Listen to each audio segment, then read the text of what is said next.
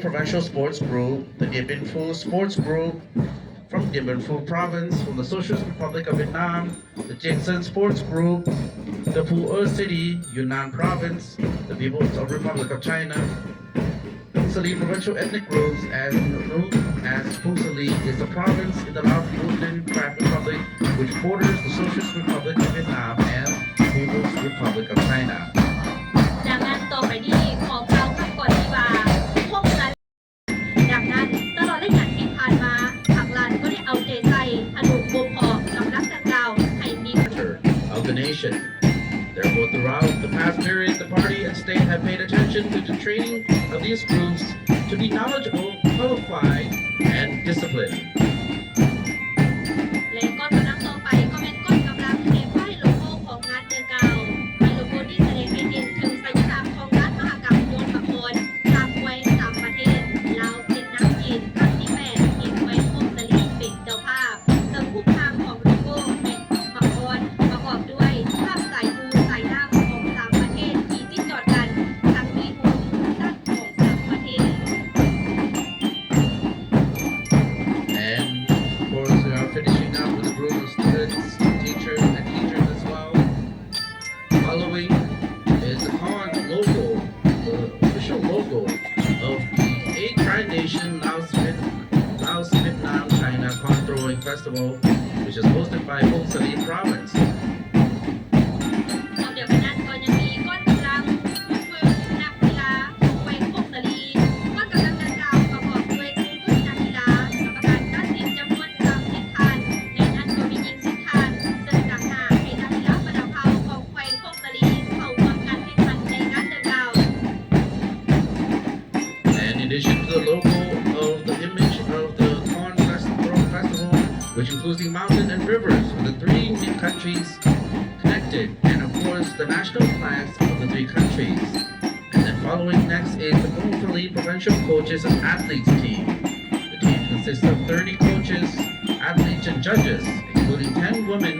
representing athletes from all ethnic groups in Phu Salie Province, participating in this event. และต่อไปเป็นก้อนกำลังครูฝึกและนักกีฬาของเมืองแย่แหวงเทียนเปียนสาธารณรัฐสังคมนิยมเวียดนามก้อนกำลังดังกล่าวประกอบด้วยครูฝึกและนักกีฬาจำนวน27ท่านในนั้นหญิง6ท่านซึ่งต่างหน้าให้นักกีฬาประดับเผาของเมืองแย่เข้าร่วมการแข่งขันในงานดังกล่าว Next is the Nha District Coaches and Athletes team from Dien Bien Phu Province, Vietnam. The team consists of 27 coaches and athletes, including 6 women representing athletes from all ethnic groups in the Nha District, participating in this event. ต่อไปก็เป็นก้อนกำลังครูฝึกและนักกีฬาของเมืองเจียงเซินนครปู่แขวงยูนนานสาธารณรัฐประชาชนจีนก้อนกำลังดังกล่าวประกอบด้วยครูฝึกและนักกีฬาจำนวน28ท่านในนั้นหญิง8ท่านซึ่งต่างหน้าให้นักกีฬาประดับเผาของเมืองเจียงเซินเข้าร่วมการแข่งขันในงานดังกล่าว Next is the Jiang from Chiang Saen District Coaches and Athletes team from Phu City, Yunnan Province, from the People's Republic of China. The team consists of 28 coaches and athletes, including 8 women representing athletes from all ethnic groups from Chiang Saen District. และต่อไปก็เป็นก้อนกำลังประดับเผาของแขวงพงศลีแขวงพงศลีมี7เมือง5ห้วย3บ้านมีพลเมืองประมาณ200,000 คนยิ่งกว่า50ส่วนห้อยประกอบด้วย15ส่วนเผ่า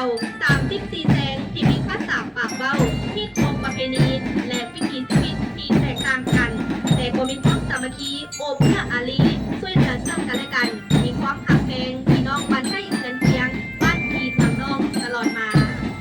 Next is the Phu Salie Provincial Ethnic Groups team. Phu Salie Province has 7 districts, 503 villages, a population of about 200,000 people, 50% of whom are women, consisting of 15 ethnic groups, 34 tribes with different languages, customs, and lifestyles. They have always been united, supportive, and loving towards their neighbors and their villages. ชาวลาวแม้ตั้งอยู่บ้านหรือว่าตั้งบ้านอยู่ในศาลแผ่นไปด้านใน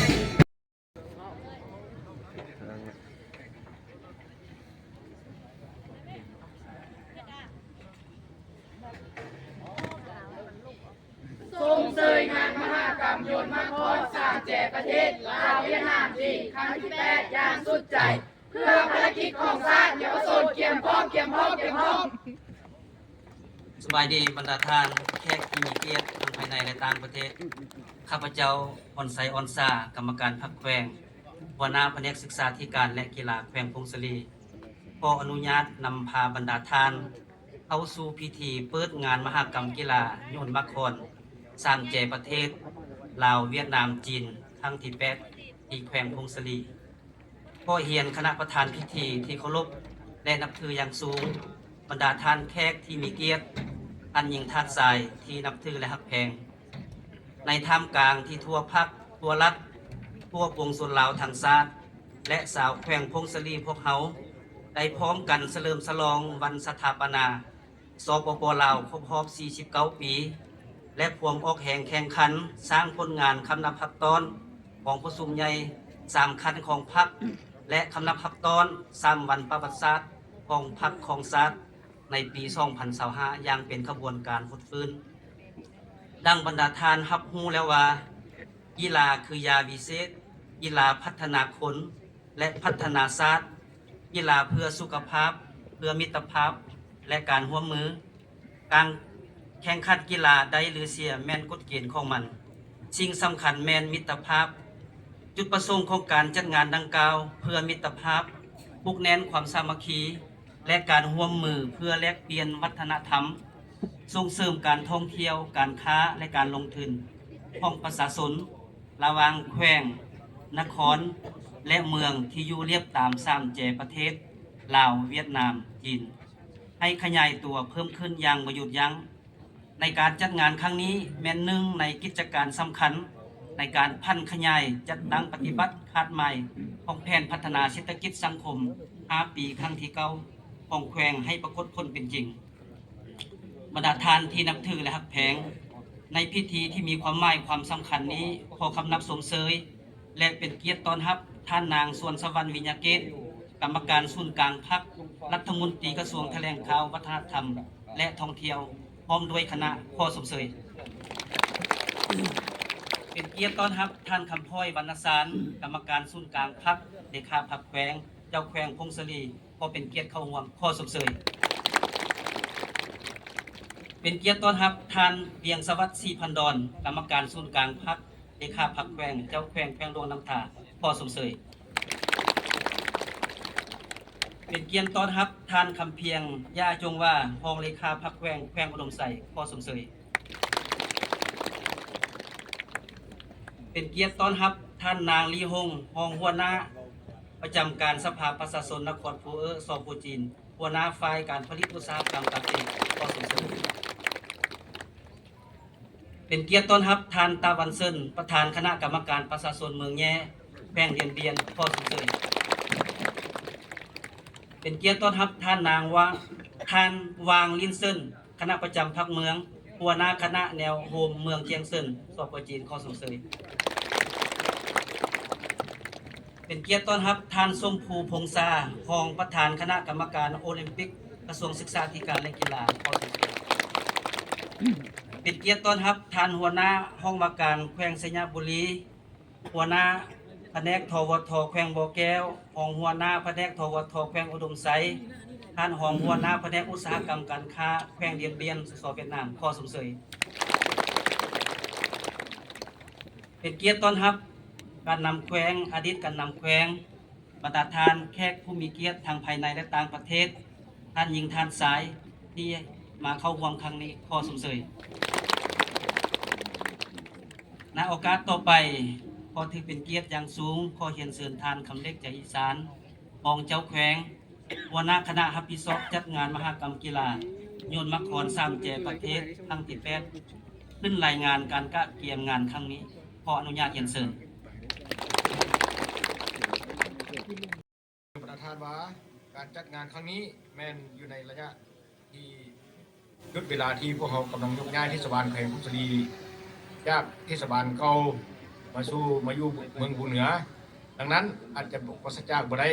ข้อขาดตกบกพร่องเป็นต้นนั้นการเดินทางการวิธีการต้อนรับการกินอยู่พักเสาและอำนวยความสะดวกด้านต่างๆขอให้ประธานเห็นอกเห็นใจ นำคณะรับผิดชอบของพวกข้าพเจ้าด้วยและพร้อมกันนี้ก็ต่างหน้าให้คณะรับผิดชอบจัดงานขอเฮียงห้องมายังประธานจงให้การร่วมมือช่วยกัน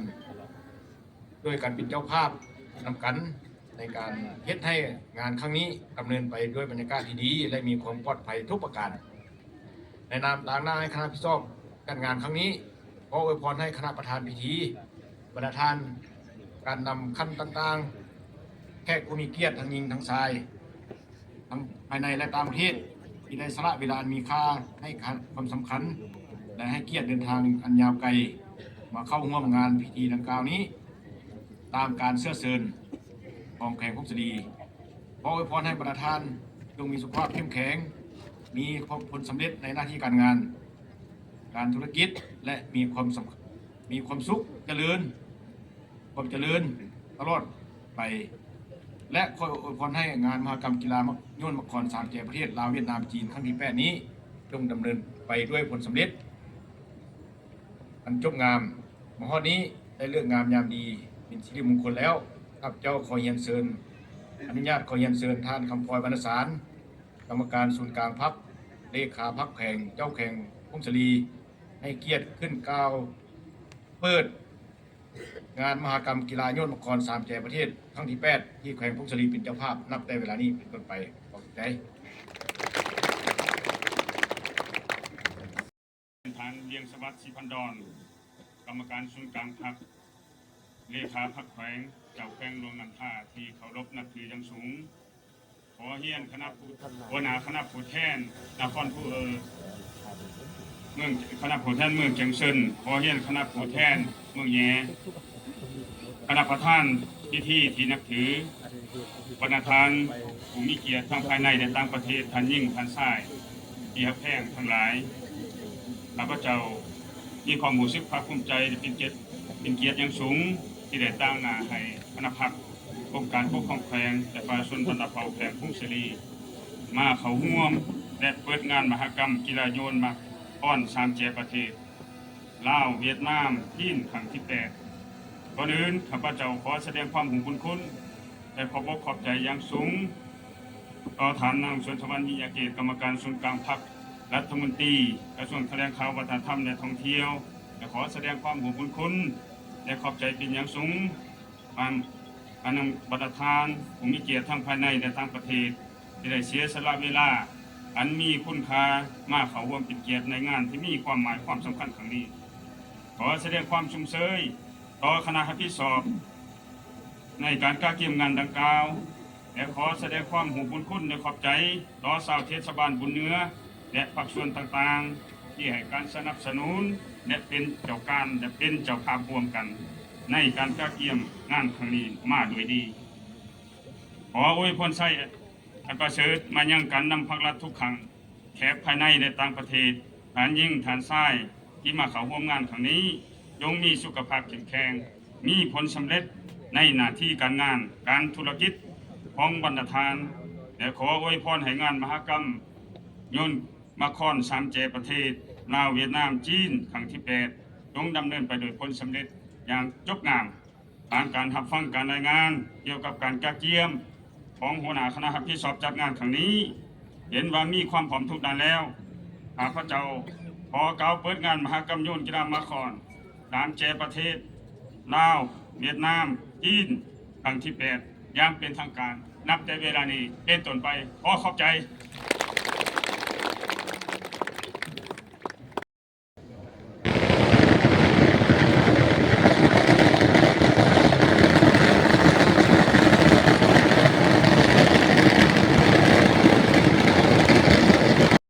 แขวงพงศรี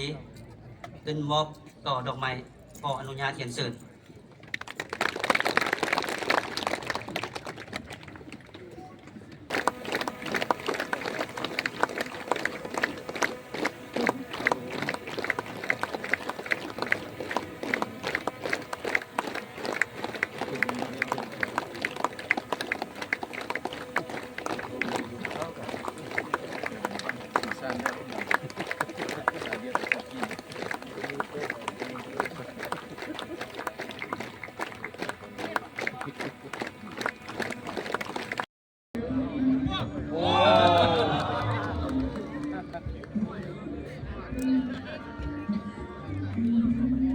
ตีปุ้นเนาะ ตีปุ้นเลย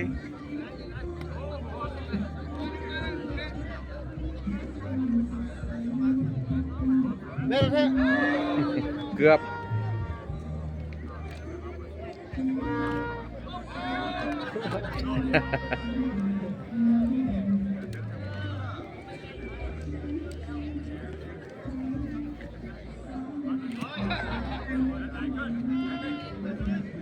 M Grammy playlist.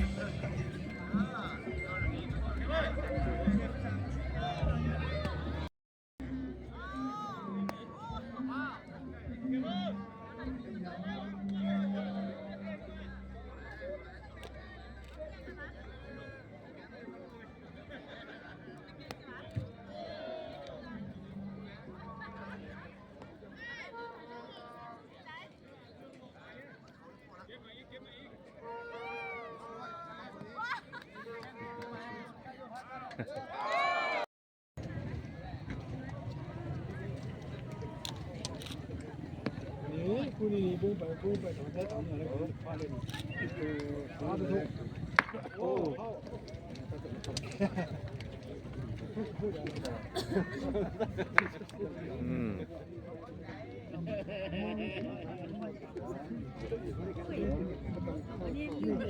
โอ้บทถึง